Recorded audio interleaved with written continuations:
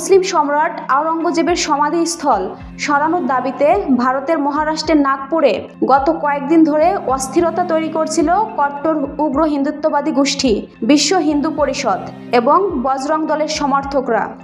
গতকাল সোমবার তারা সেখানে সম্রাট আওরঙ্গজেবের ছবি ও সবুজ একটি কাপড় পরায়। ওই সময় গুজব ছড়ায় সবুজ কাপড়ে কুরআনের আয়াত লেখা আছে।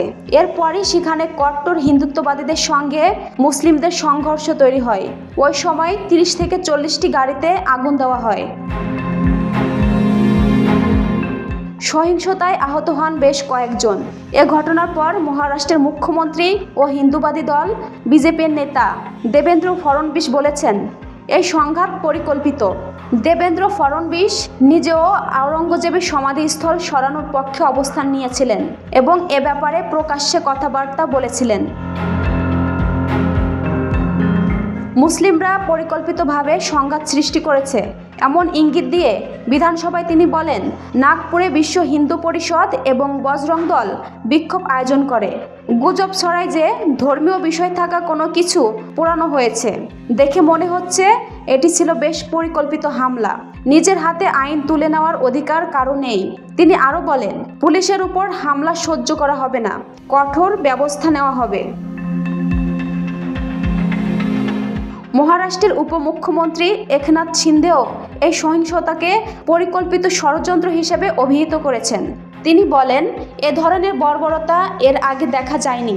বিক্ষোভকারীরা ছত্রপতি সম্ভাজি মহারাজের গৌরবের জন্য বিক্ষোভ করছে।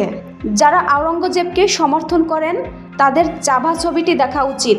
আমার বিশ্বাস, সত্যিকারের দেশপ্রেমিক মুসলিমরাও আওরঙ্গজেবকে সমর্থন করবেন না। উল্লেখ্য, চাভা নামে একটি ছবিতে আওরঙ্গজেবকে ভিলেন হিসেবে দেখানো হয়। এরপরই তার বিরুদ্ধে রাস্তায় নামে কট্টর হিন্দুত্ববাদীরা। তারা নাগপুর থেকে এখন সম্রাট আওরঙ্গজেবের সমাধি সরিয়ে নেওয়ার দাবি করছেন, যিনি 30 বছর আগে মারা গিয়েছিলেন।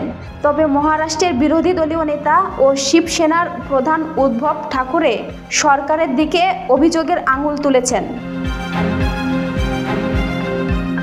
এছাড়া হিন্দুত্ববাদী RSSকেও সন্দেহের তালিকায় রেখেছেন তিনি।